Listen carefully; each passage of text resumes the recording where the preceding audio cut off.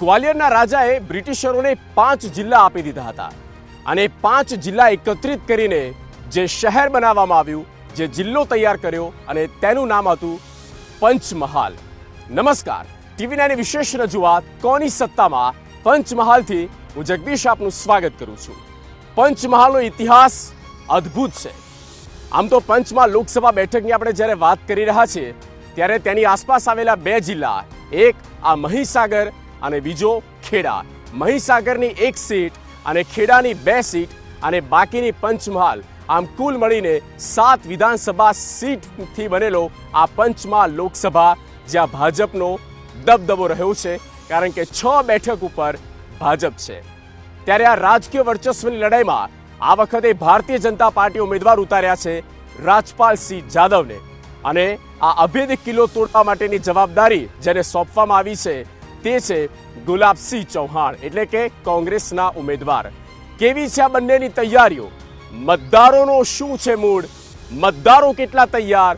કોને માથે રાખશે? કોને ઘર ભેગા કરશે? તે જોઈશું ટીવી9 ની વિશેષ રજૂઆત પંચમહાલથી કોની સત્તા.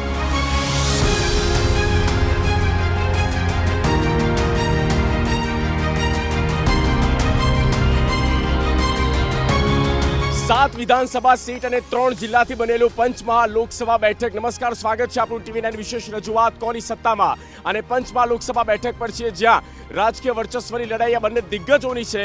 શરૂઆત કરવા જઈ રહ્યા છે સૌથી પહેલા તમામ મતદારો, આપ તમામ માટે એક જોરદાર તાળીઓ થઈ જાય, કારણ કે તમે પોતે જે દેશનું ભવિષ્ય લખનારા છો અને તમારા પર જ્યારે આ મોટી જવાબદારી છે સાચા ઉમેદવાર છૂટવાને લઈને સૌથી પહેલો સવાલ, કોની સત્તા?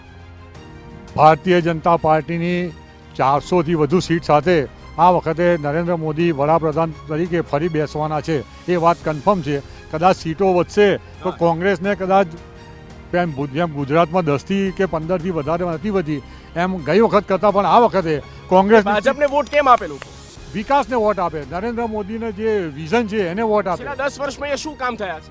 કયા વિકાસના કામ થયા છે? 370 કલમ દૂર કરી, દેશને સુરક્ષા આપી, દેશને સુરક્ષા આપી. જે કોંગ્રેસે દેશની સુરક્ષા વેચી દીધી હતી, જે ચીનમાં જઈને સ્ટેટમેન્ટ આપતા હતા તેમના નેતા, એને એ કરી દીધું. ગ્રોથ વધાર્યો છે, દેશની સુરક્ષા વધી એવું આપનું કહેવું છે. અહીંયાનો એક મહત્વપૂર્ણ મુદ્દો ઉઠાવ્યો છે આપણે કે દેશની સુરક્ષાને લઈને તેઓ વોટ આપશે ભાજપને. તેવું કહેવું છે 370 નો મુદ્દો, આ વિશેષ દરજ્જો જે હતો 370, શું એ દૂર થયું? એ સારું કામ થયું કે નહીં? બિલકુલ કોઈ વ્યવસ્થા એ લોકોની સારી નથી. આ 370 હટાવવાથી શું ફાયદો થાય? કોઈ ફાયદો નથી, કોઈ ફાયદો નથી. અત્યારે અહીંયા લીધી હોય તો બહુ મોટી વાત છે. ત્યાં આગળ ક્યાં લીધી? અને 18 પંચમહાલ લોકસભાની અંદર અહીંના સ્થાનિક પ્રશ્નો લેવાના જોઈએ કે 5 વર્ષ સુધી જે ભાજપનો સાંસદ હતો એને શું વિકાસના કામો કર્યા છે, શું બાકી છે? શું બાકી છે? પહેલું તો આ પંચમહાલ જિલ્લો એક ગાડીઓ હબ કરવાનો, ગાડીઓ રિપેર કરવાનો હબ છે, પણ તો એ લોકોને કોઈ પ્રોત્સાહન આપવામાં આવ્યું નથી. જો પંચમહાલમાં અને ગોધરામાં આ જો ગાડીઓના મશીનરી જે રિપેર કરે છે ગોધરાના લોકો, એ આખા ગુજરાતના ફેમસ લોકો છે. જો આ ઇન્ડસ્ટ્રીને પ્રોત્સાહન આપવામાં આવે તો બહુ મોટી ઇન્ડસ્ટ્રીઝ થાય. બીજી વાત કે આ મોબાઈલની વાત છે. હા, એ વાત. બીજી વાત કે પંચમહાલની મય લાકડા રોજના 25 થી 30 ગાડી રોજ આવે છે, રોજ. કારણ કે પંચમહાલની મય સૌથી જબરજસ્ત ઇમારતી લાકડું થાય છે. રોજગારી વધી નથી પણ ઘટી ગઈ છે. હા, રોજગારી, હા, ફરક. એનામાં બહુથી મોટી રોજગારી થાય. આ ઇમારતી લાકડું આ લોકો અહીંયા ઇન્ડસ્ટ્રીઝ થવા નથી દેતા, એટલે આ લાકડું બહાર જાય છે અને બહારના લોકોને એ મળે છે રોજગારી. જ્યારે પંચમહાલમાં જો આ ઇન્ડસ્ટ્રીઝ પેદા કરવામાં આવે ફાયદો નથી તેવું આપનું કહેવું છે. ઇન્ડસ્ટ્રીઝ બધી પડી ભાંગી છે. ઓટોમોબાઈલની આપણે મોટી વાત કરી. આપ યુવાન છો, શું કહેશો? એવું કોઈ જ પરિસ્થિતિ અત્યારે પંચમહાલ ખાતે છે નહીં, કારણ કે આ લોકો જે 2-3 પરંપરાગત વાતોને લઈને રોજગારીની વાતો કરે છે એના કરતાં અત્યારે નવી MSME સેક્ટરથી લઈને ઘણા અલગ રોજગાર પેદા કરી એવા લોકો અહીંયા. પંચમહાલને કઈ નવી ઇન્ડસ્ટ્રી મળી છેલ્લા 10 વર્ષમાં? ચલો 5 વર્ષની 10 વર્ષની વાત. પંચમહાલની અંદર MG મોટર્સ છે, બરાબર છે. એના સિવાય પ્લાસ્ટિક ઇન્ડસ્ટ્રી છે, પંચમહાલ હબ છે. પ્લાસ્ટિક ઇન્ડસ્ટ્રીની વાત કરી રહ્યા છે. પ્લાસ્ટિક ઇન્ડસ્ટ્રીનું હબ છે. એટલે અહીંયા આગળ કોઈ એવો પ્રશ્ન નથી. MG મોટર્સ છે, એના સિવાય અનેક અલગ અલગ પ્રકારના અને કેટલા લોકોને રોજગારી મળે છે અહીંયા? કેટલા લોકોને રોજગારી મળે છે? આજુબાજુના ગામડાના બધા જ યુવાનો જે છે જે નોકરી ધંધો કરે છે એ બધા જ હાલોલ જીઆઈડીસીમાં જાય છે અને જીઆઈડીસીનું હબ હાલોલ છે. મોટામાં મોટી પંચમહાલની જીઆઈડીસી હાલોલ કાલોલમાં છે. આ ભાઈ જે વાત કરે છે તદ્દન ખોટી વાત છે કે ભાઈ ગોધરામાં જીઆઈડીસી માટે જગ્યા જ નથી. એ જે જેસીબી આવી, એમજી મોટર્સ છે, આપણે જીઈ આવી હમણાં, આ બધી કંપનીઓ જે મોટી મોટી મલ્ટીનેશનલ કંપનીઓ જે આ પંચમહાલમાં આવી એનાથી રોજગારી મળે જ છે ને. નહીં, પણ સરકાર જે કહે છે કે 2 કરોડથી વધારે રોજગારીનું અમે સર્જન કર્યું છે. એ લોકો જે રોજગારની વાત કરે છે અને હાલોલ જીઆઈડીસીની વાત કરે છે, તો હાલોલ જીઆઈડીસી પણ કોંગ્રેસના શાસનમાં બની હતી અને અત્યારે જીઆઈડીસીનો વિકાસ કરવાની જે વાત કરતા હોય ત્યારે તો હાલોલ જીઆઈડીસી 18 પંચમહાલ લોકસભા વિસ્તારમાં નથી. એ વિસ્તાર છોટાઉદેપુરમાં આવે છે. ખનિજ પદાર્થ વપરાય છે. સુરક્ષાની દ્રષ્ટિએ નહીં, સરકાર કહે છે કે એક કાંકરી ચાળો કરવા નથી દીધો. એ આતંકવાદ ઘટી ગયો છે. પાકિસ્તાને બરાબરનો જવાબ આપ્યો છે તેવું સરકારનું કહેવું છે. 370ની કલમ હટી ગઈ છે. એ નેશનલ મુદ્દો આ લોકોએ બનાવ્યો છે. હું લોકોને ચેલેન્જ કરું છું કે બંધારણની અંદર 370ની કલમ હટી નથી, ખાલી 2 ક્લોઝ એના હટાવ્યા છે. 370ની કલમ હટી જ નથી. આજે બી ઓકે, જવાબ લે. 370 કલમ હટવાથી ત્યાં આતંકવાદ દૂર થયો છે. કોંગ્રેસ શાસિત રાજ્યમાં આતંકવાદ વધી રહ્યો છે. ગુજરાતની અંદર ધમાલ દિશુલ્ય થઈ ગયું છે. કર્ફ્યુ જેવી વસ્તુ ખબર નથી એ લોકોને. તમારી વાત કરો, તમે 370ની કેમ વાત કરો છો? શિક્ષણને લઈને નવી પોલિસી જાહેર કરવામાં આવી છે. હકીકત શું છે અહીંયા પંચમહાલમાં? શિક્ષણ અહીંયા મળી જાય છે?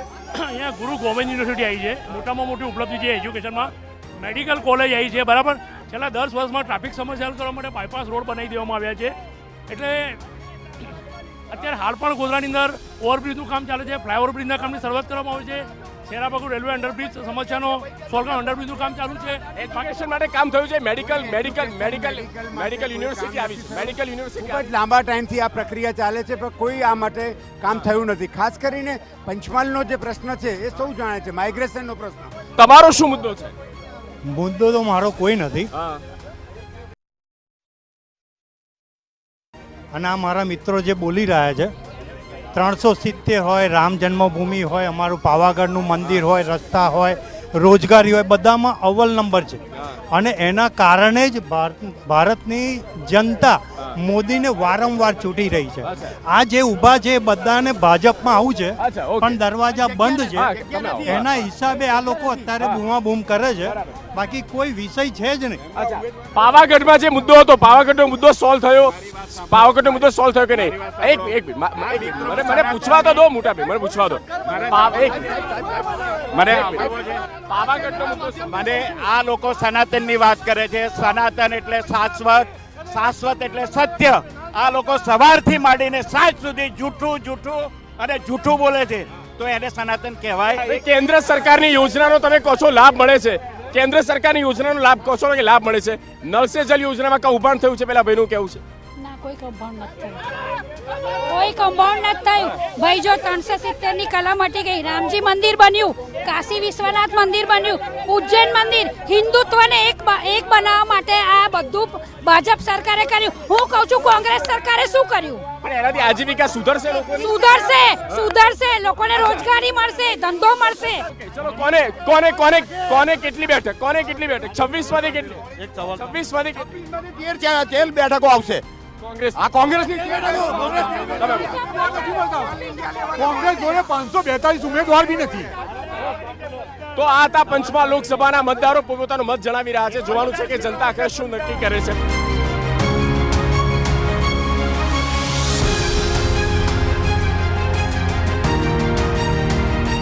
પંચમહાલ લોકસભા બેઠકમાં 3 જિલ્લા આવે છે અને કુલ 7 વિધાનસભા સીટ છે. પંચમહાલ લોકસભા બેઠકના જે ભાજપના ઉમેદવાર છે રાજપાલસિંહ જાદવ, તેમને જીતાડવા માટે, ભાજપના સંગઠનને વધારે મજબૂત કરવા માટે સતત પ્રચારમાં લાગ્યા છે રાજ્ય સરકારના કેબિનેટ મંત્રી કુબેરભાઈ ડિંડોર. કુબેરભાઈ, સ્વાગત છે આપણું TV9 પર. સૌથી પહેલો સવાલ, જ્યારે તમને પંચમહાલની પ્રભારી તરીકેની જવાબદારી આપવામાં આવી છે, સંગઠનને મજબૂત તમે સતત કરી રહ્યા છો, પ્રચાર પ્રસાર કેવો ચાલી રહ્યો છે? વર્ષો પછી મને એવું લાગી રહ્યું છે કે આપણી ભારતીય જનતા પાર્ટીના ઉમેદવાર અને પૂરા દેશમાં જીતાડવા માટે જનતા થનગની રહી છે. સન્માન્ય દેશના પ્રધાનમંત્રી નરેન્દ્રભાઈ મોદી સાહેબની જે જનકલ્યાણકારી નીતિઓ અને યોજનાઓ જે છે ને એમને જે સૂત્ર આપ્યું સૌનો સાથ, સૌનો વિકાસ, સૌનો પ્રયાસ અને સૌનો વિશ્વાસ, એ માત્ર સૂત્ર નથી પણ અમારા દરેક સમાજના લોકો માટે એ જીવનનો મંત્ર બન્યો છે. આજે મને કહેતા એ બાબતનો આનંદ છે કે આટલા વર્ષો પછી આઝાદીના ઇતિહાસમાં પહેલીવાર આ જે યોજનાઓ, જે ગરીબલક્ષી યોજનાઓ જે મોદી સાહેબે બનાવી અને જમીન પર ઉતારી એને, આજે મને કહેતા આનંદ છે કે 25 કરોડ જે ગરીબ લોકો છે એ ગરીબીમાંથી બહાર, ગરીબ રેખાથી બહાર આવ્યા છે. એ મોટા મોટી સિદ્ધિ છે આપણા ભારતીય જનતા પાર્ટીની સરકારની અને સન્માન્ય દેશના પ્રધાનમંત્રી નરેન્દ્રભાઈ મોદી સાહેબની. લોકોનો રિસ્પોન્સ કેવો છે અને એ પણ જણાવો કે ભાજપને લોકો વોટ કેમ આપે, કયા મુદ્દા છે? ભાજપને વોટ કેમ આપે? આટલા આઝાદીના ઇતિહાસમાં પહેલીવાર લોકોને જન સુખાકારીના જે લાભો છે એ મળી રહ્યા છે. આજે ઘરે ઘરે પાણી